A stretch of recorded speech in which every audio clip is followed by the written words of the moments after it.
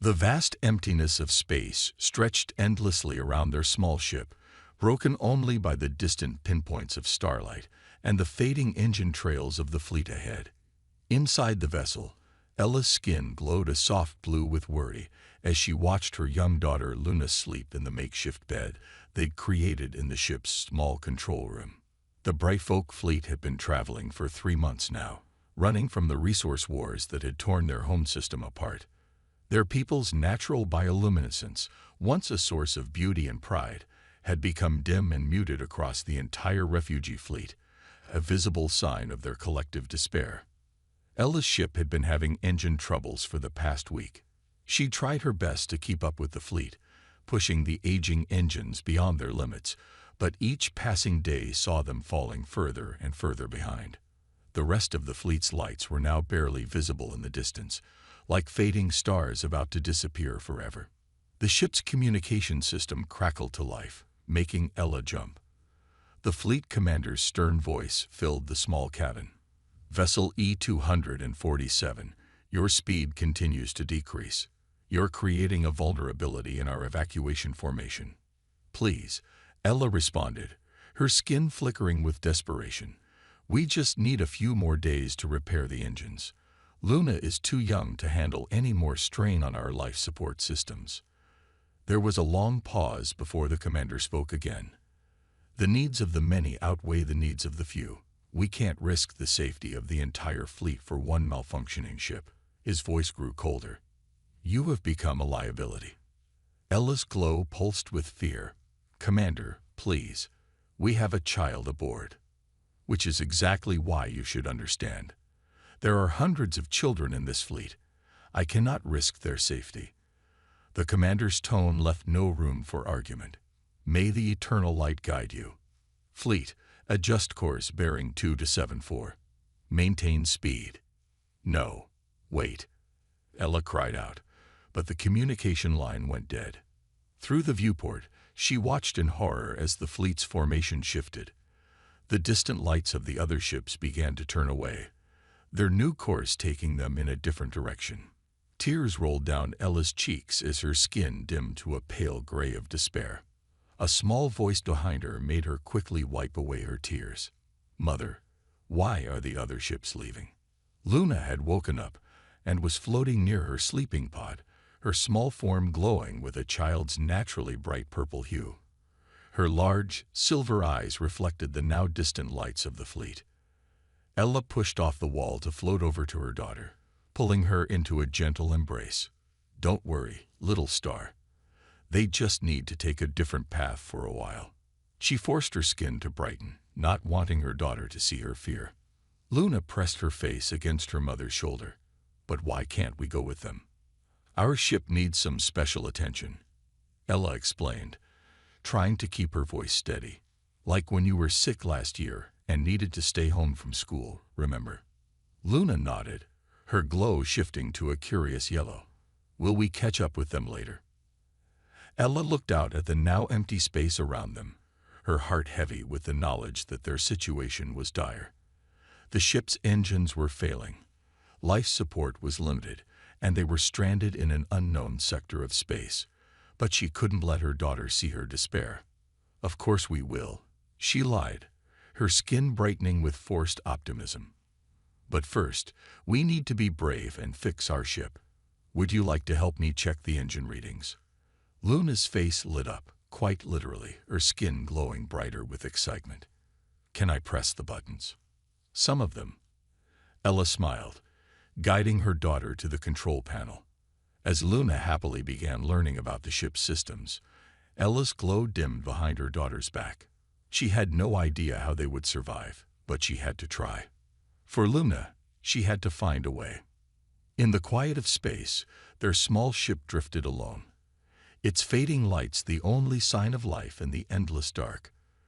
The war they'd fled was now the least of their concerns. Survival had become their only mission, and time was running out. 3 days had passed since the fleet left them behind.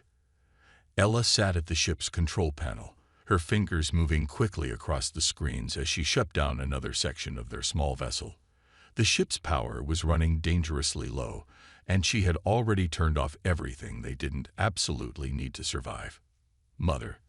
Luna's voice came from their sleeping area, weaker than usual. "I'm cold again." Ella's heart sank as she turned to look at her daughter.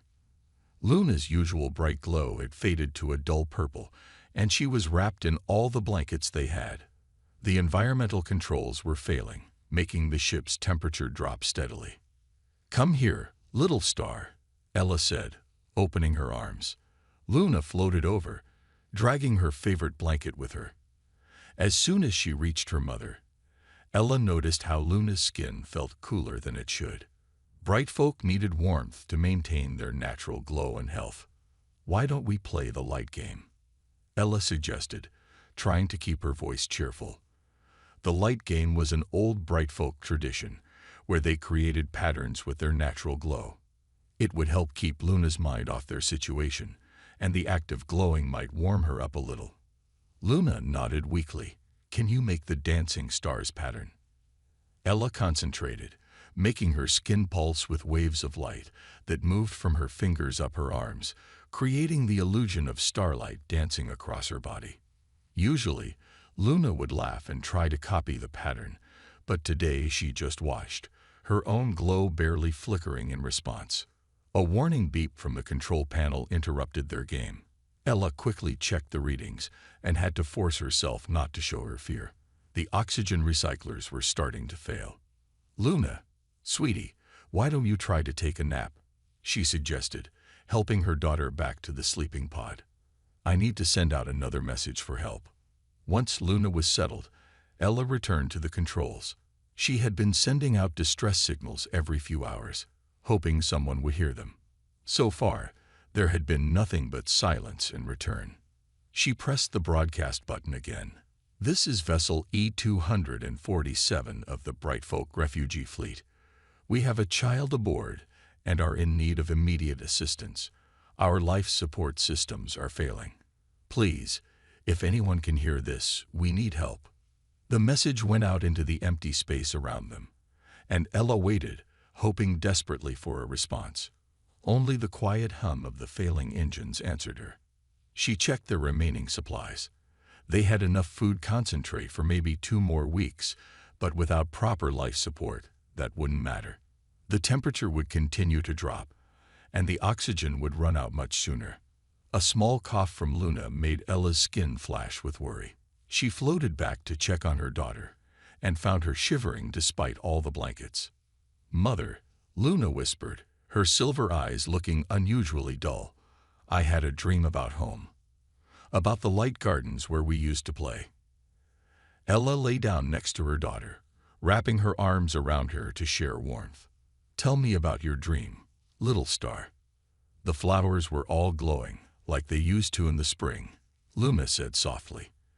"And the light birds were dancing in the sky." Her voice grew quieter. "Do you think we'll ever see the light gardens again?"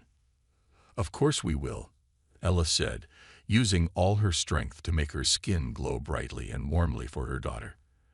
"And when we do, we'll have new stories to tell about our adventure in space." Luna smiled weakly, her own glow brightening just a tiny bit. "Promise." "I promise," Ella whispered, holding her daughter close as Luna drifted off to sleep. Only then did she allow her own glow to dim, showing the fear she had been hiding. In the ship's small viewport, distant stars twinkled indifferently. Ella watched them through tears, wondering which one might bring help and which might be the last light she and Luna ever saw. The ship's systems continued to beep their warnings, counting down the hours they had left. But somewhere in that vast darkness, though Ella didn't know it yet, hope was about to appear in the most unexpected form.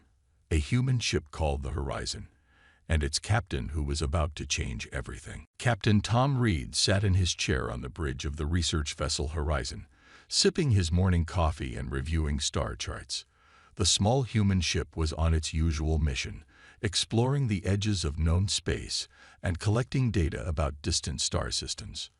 The quiet of his morning routine was interrupted by an urgent beeping from the communication console. "Captain," called out his ship's eye, "I'm detecting a distress signal. It's very weak." but it's there. Tom put down his coffee and moved to the console.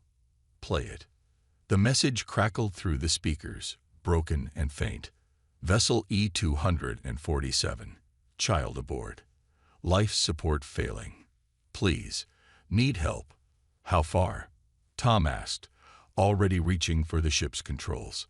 Approximately 6 hours at maximum speed, the AI responded. But Captain, regulations require verification of the source before attempting rescue. This signal is using an unknown format. The ship could belong to a hostile species. Tom frowned at the screen. He knew the rules. Unknown ships could be pirates or worse. But something in that voice, its desperate tone, struck him deeply. Show me the visual feed. The screen flickered to life, showing a small ship drifting in space. Its design was unlike anything he'd seen before, with smooth curves that seemed to flow like water frozen in space. But what caught his attention were the faint glows visible through its viewports, lights that pulsed like heartbeats. Plot the course, he ordered. We're going to help them. Captain, the AI warned, this could be a violation of. Note in the log that I'm overriding safety protocols, Tom interrupted. Someone needs help. That's all I need to know. The Horizon changed course, its engines pushing to maximum speed. As they got closer, Tom used the ship's sensors to scan the alien vessel. The readings made his heart sink. Their life support was indeed failing, and their power levels were critically low. 6 hours later, the Horizon pulled alongside the alien ship. Tom got his first clear view of its occupants through the viewport, and his breath caught in his throat. Two beings unlike any he'd ever seen were inside. Their skin seemed to glow with its own light, though the larger one's glow was very dim. The smaller one wasn't moving. Broadcast on all frequencies, Tom ordered. This is Captain Tom Reed of the Earth research vessel Horizon. We're here to help. Inside their ship, Ella jerked awake at the sound of a voice coming through their nearly dead communication system. She stared in shock at the strange ship outside their viewport. Its design was completely foreign, all sharp angles and practical lines, so different from the flowing shapes of bright folk ships. Luna, she whispered, gently shaking her daughter. Luna, wake up. Someone came. Luna's eyes fluttered open, her glow so faint now it was barely visible. She looked at the ship outside and managed a weak smile. It's so different looking, she whispered. Tom's voice came through again. We're going to help you. Can you understand me? Ella rushed to the control panel, her hands shaking as she activated their universal translator. Yes, she responded, her voice breaking with emotion. Yes, we can understand you. Please help us. My daughter. I'm sending over a scan pattern, Tom said calmly. It will help us figure out how to get you aboard safely. As the scan ran, Ella saw a figure appear in the other ship's viewport. It was unlike anything she'd ever seen. No glow at all, covered in some kind of uniform, with strange coloring she'd never seen on any intelligent being. A human. Try not to be afraid, Tom said, seeing her reaction. I know I must look strange to you, but I promise we're here to help. Luna pressed her face against the viewport, looking at the human with weak curiosity. Mother, she whispered, why doesn't he glow? I don't know, little star, Ella replied, her own glow brightening slightly with hope for the first time in days. But he came to save us, and that's all that matters. Outside, Tom was already planning the rescue, his mind racing through the challenges ahead. But one look at the dying lights within the alien ship told him they had no time to waste. Whatever the regulations said, whatever the risks, he knew he had made the right choice. The Horizon's floodlights illuminated both ships in the darkness of space, a beacon of hope for the stranded mother and daughter who had almost given up hope of survival. The next hour was crucial. Tom stood at the Horizon's main viewport, his mind working quickly as he studied the alien ship's structure. Behind him, his ship's medical bay was being prepared for visitors whose biology they knew nothing about. The scanned results are complete, Captain, the ship's AI announced. Their atmosphere is similar to ours, but richer in nitrogen. Their body temperature appears higher than human normal. Most concerning is the child's weakening life signs. Tom pressed the communication button. Ella, I need you to listen carefully. Your ship's structure won't let us dock directly. We'll have to try something else. Inside their ship, Ella held Luna close as she listened. Her daughter's skin was now barely glowing at all, and her breathing had become shallow. What do you suggest? Ella asked, trying to keep the fear from her voice.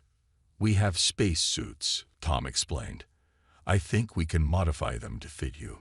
It's risky, but it's our best chance. He paused, then added softly, Your daughter doesn't have much time left. Ella looked down at Luna, who was drifting in and out of consciousness.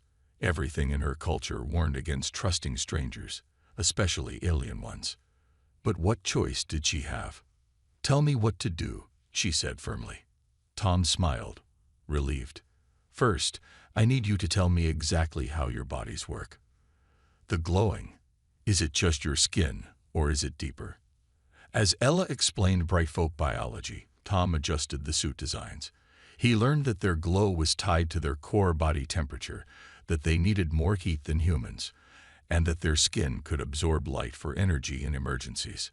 I'm sending over 2 suits now, Tom said after making the modifications.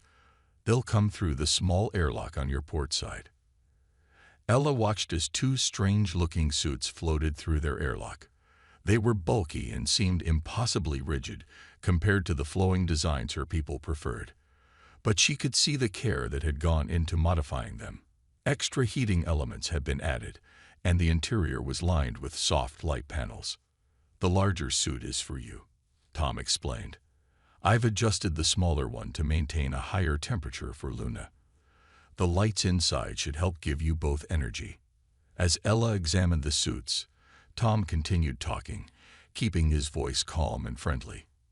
He told her about Earth, about his own family back home, about the stars he'd explored.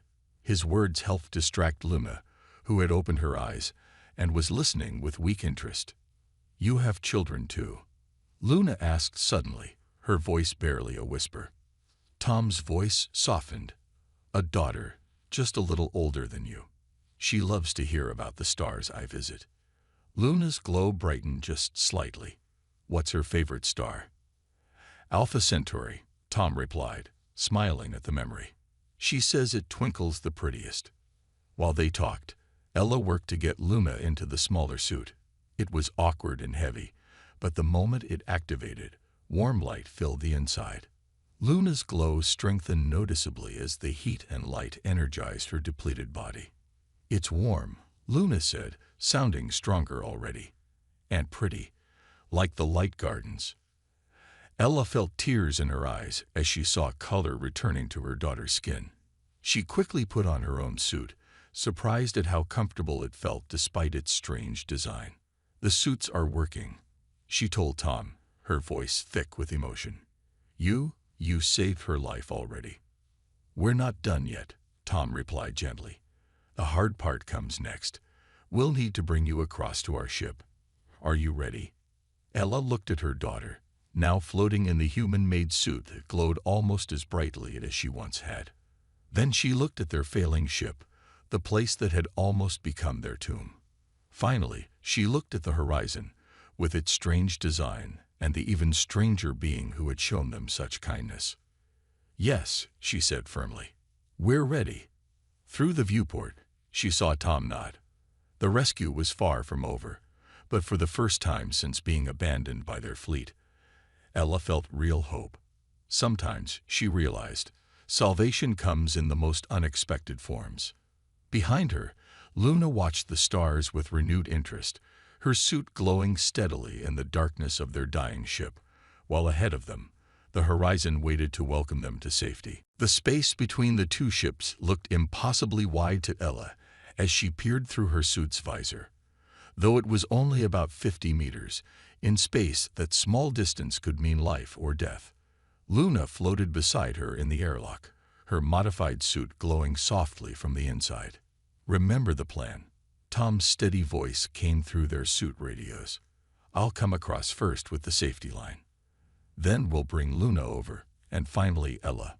The horizon's artificial gravity is on, so be ready for that when you enter our airlock." Ella watched as Tom emerged from his ship's airlock. His white spacesuit looked tiny against the black void of space. He moved with practiced ease, using small jets on his suit to guide himself toward their ship. "Is that really what humans look like in space?" Luna asked, her voice stronger now thanks to the warm suit. "Like a puffy white star." Tom chuckled over the radio. "Wait until you see what we look like without the suits. Though I have to say, your glowing is much prettier than anything we humans can do." As he reached their airlock, a piece of debris from their failing ship broke loose nearby. Ella's skin flashed bright with fear inside her suit, but Tom calmly adjusted his course to avoid it. "Your ship is breaking down faster than we expected," he said, attaching the safety line to their airlock. "We need to move quickly. Luna, you'll go first with me. Ella, stay connected to your ship's airlock until we come back for you." Ella pulled Luna into a tight hug, their suits bumping awkwardly. "Be brave, little star." Luna nodded, her glow pulsing with a mix of fear and excitement, like in the stories of the first space explorers. "Exactly like that," Tom said, taking her small hand. "Now hold on to me tight." Think of it as a space dance. With careful movements, Tom guided Luna out of the airlock. Ella watched, her heart pounding, as her daughter floated in space for the first time. Luna's suit glowed brighter with wonder as she looked at the stars all around her. They were halfway to the horizon when another, larger piece of the dying ship broke away. It tumbled toward them, spinning dangerously in the zero gravity. "Hold on," Tom shouted, pulling Luna close. He fired his suit's thrusters at full power, trying to move them out of the debris's path. The piece missed them by meters, but its passage sent ripples of force through their safety line. "Mother!" Luna cried out as she saw more pieces of their old ship starting to break apart. "Keep going," Ella shouted. "Don't stop." Tom didn't waste any time. With Luna held tightly against him, he pushed toward the horizon's airlock. The moment they were inside, the artificial gravity activated, and Luna let out a surprised squeak as her feet touched the floor for the first time in days. "Stay here," Tom told her, already turning back. "I'm getting your mother." But when he looked out the airlock, his heart stopped. The dying ship was breaking apart faster now, pieces of its beautiful curved hull peeling away like petals from a flower. Ella was still attached to the airlock, surrounded by spinning debris. "Ella," he called through the radio, "you need to disconnect now. Jump toward me." Ella looked at the disintegrating ship around her, then at the safety line that stretched through the debris field to the horizon. Fear made her glow pulse rapidly, but the sight of Luna safely in the other ship gave her courage. She unclipped from her ship's airlock and pushed off hard, just as a large section of hull tore away behind her. Tom was already moving toward her, dodging debris as he came. They met in the middle of the safety line, Tom grabbing her suit's harness just as a piece of debris sliced through the line behind them. "Hold on," he yelled, firing his thrusters at maximum power. More debris from the dying ship was falling around them now, like a deadly rain in space. Through her visor, Ella could see Luna watching from the horizon's airlock, her small form glowing bright with fear and hope. The final distance seemed to stretch forever as Tom guided them through the field of floating debris, using his body to shield Ella from the worst of it. The horizon's airlock grew larger in their view, a bright doorway to safety, while behind them, the ship that had been Ella and Luna's home for so long finally fell apart in the silence of space. The moment they tumbled into the horizon's airlock, artificial gravity pulled them down hard. Warning lights flashed red as the outer doors sealed shut behind them. Tom's suit was damaged, small cracks spiderwebbing across his helmet's visor from where debris had struck him during the rescue. "Mother." Luna rushed forward as Ella struggled to stand in the strange pull of gravity. The inner airlock door opened, and Tom's medical officer rushed in with emergency equipment. "Get them to medical bay," Tom ordered, his voice strained. He tried to stand but stumbled, holding his side where a particularly large piece of debris had hit him. His suit was dented badly there, and warning indicators flashed across its display. The medical officer helped Ella and Luna remove their modified suits. Their skin glowed with swirling patterns of fear, exhaustion, and worry. But as soon as Ella saw Tom's condition, her glow shifted to a deep blue of concern. "You're hurt," she said, moving to help him despite her own weakness. "Captain," the ship's AI announced urgently, "your suit's damage report indicates 3 broken ribs and a punctured suit seal. Immediate medical attention is required." Luna watched with wide eyes as they helped Tom remove his helmet. It was her first time seeing the human face up close. His skin was strange and colorless to her eyes, but his smile was warm and kind despite his pain. "Worth it," Tom said through gritted teeth as the medical officer helped him out of the damaged suit. "Your ship exploded completely just seconds after we made it inside. A few broken ribs is a small price to pay." They moved to the medical bay, where the officer had prepared 3 beds, 2 with special heating elements for the bright folk, and 1 for Tom. Luna's glow had strengthened considerably since being in the modified suit, but she still needed treatment for her earlier exposure to the cold. As the medical officer worked, Luna couldn't stop watching Tom. "Does it hurt very badly?" she asked quietly. Tom tried to smile reassuringly, but winced instead. "I've had worse scrapes exploring space, though usually not from catching falling starships." Ella's skin rippled with emotions as she watched the human who had risked his life to save them. In her culture, such a sacrifice created a deep bond of obligation. But this went beyond cultural duty. He had willingly put himself in danger for complete strangers of a different species. Suddenly, Tom's breathing became labored. The medical officer rushed to check his readings. "Captain, one of the broken ribs has shifted. It's pressing against your lung." "That's," Tom gasped, "inconvenient." Luna's glow pulsed with fear. "Mother, do something. He saved us. We have to help him." Ella moved to Tom's bedside, her mind racing. "Your people don't generate light and heat like we do," she said quickly to the medical officer. "But we can share ours. It's something we do for our sick and injured." Without waiting for permission, she placed her hands gently on Tom's injured side. Her skin began to glow brighter, the light seeming to sink into his body. Luna joined her, adding her own gentle glow. The medical officer watched in amazement as his readings began to stabilize. The bright folk's natural energy seemed to be helping Tom's body cope with the trauma, giving him strength to keep breathing until the automated medical systems could begin repairs.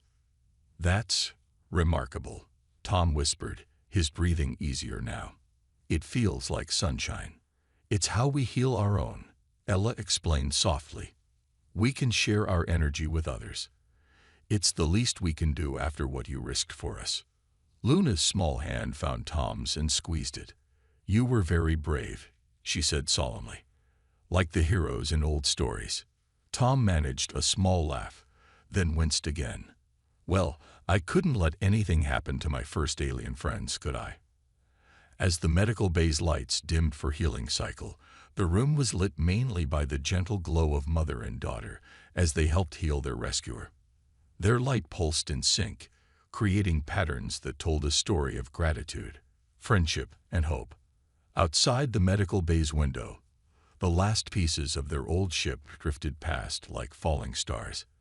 But neither Ella nor Luna felt sad watching them go. They had found something far more precious than a ship.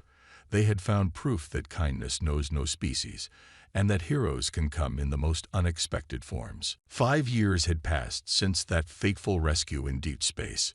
The grand meeting hall of the Earth Brightfolk Cultural Center glowed with soft lights, both from the traditional human fixtures above and from the hundreds of brightfolk gathered below. Their skin created waves of color that rippled through the crowd as they waited for the ceremony to begin. Luna, now a teenager, stood at the podium. Her glow was strong and confident, shifting between shades of purple and gold as she prepared to speak. In the front row, Ella watched her daughter with pride, her own skin glowing warmly. Beside her sat Tom, his dress uniform decorated with the medals he'd received for that long-ago rescue. 5 years ago, Luna began, her voice carrying clearly through the hall. I thought I was going to die in a failing ship, far from any home. She paused, looking at the mixed audience of humans and bright folk. Instead, I learned that home isn't always where you're born, and family isn't always who you look like. The crowd's attention was fixed on her. Many knew her story. She and her mother had become famous as the first bright folk to live among humans. Their rescue had opened the door for peaceful contact between the two species. When Captain Tom Reed found our distress signal, he didn't know what we looked like. He didn't know if we were friendly. He only knew that someone needed help. Luna's glow brightened with emotion. That's humanity's greatest strength, the ability to care about strangers, to risk everything for someone different from themselves. In the audience, Tom smiled, remembering the scared little girl whose suit he had modified with light panels. Now she stood tall, her natural glow far outshining any artificial light he could have made. Today, as I become the first official ambassador between our peoples, I want to share something we've learned. Luna raised her hands, and the bright folk in the audience raised theirs in response. Together, their glow created a beautiful aurora of colors that filled the hall. Humans taught us that light comes in many forms. Yes, we bright folk can glow with our bodies, but humans glow with their hearts. They shine through their actions, their courage, and their kindness. Ella reached over and squeezed Tom's hand. Over the years, he had become like family to them. He had helped them adjust to life on Earth, had introduced them to his daughter, who was now Luna's best friend, and had supported their efforts to build bridges between their peoples. The war that forced us to flee our home was about resources, about fear of not having enough. Luna continued, but Earth showed us a different way. They shared their world with us, taught us that there is always enough room for kindness, always enough space for hope. She gestured to the back of the hall, where a large screen showed images of the new joint colony being built. Humans and bright folk worked together there, combining their technologies and cultures. The bright folk's natural ability to generate light and heat had revolutionized human space travel, while human innovation had helped the bright folk create new ways to explore the stars. 5 years ago, one human made a choice to help two scared aliens. Today, that choice has grown into a friendship between worlds. Luna's glow pulsed with joy. And this is just the beginning. As applause filled the hall, Luna looked at her mother and Tom. She remembered the frightened child she had been, huddled in a dying ship. She remembered the strange human in his puffy white suit who had risked everything to save them. Most of all, she remembered the lesson she had learned, that true heroes aren't defined by how they look or where they come from, but by what they choose to do for others. The ceremony ended with a traditional bright folk light dance, but this time humans joined in, holding small glowing crystals that the bright folk had helped them create. The hall filled with light from two species moving as one, their shared glow reaching up toward the stars that had once seemed so cold and empty, but now promised endless possibilities for both peoples. Outside, Earth's sun was setting, painting the sky in colors that reminded Ella of their old home. But as she watched Luna speaking with a group of young humans and bright folk, their glows mixing together in patterns of friendship, she knew they had found something better than what they had lost. They had found a future built on the best of both worlds.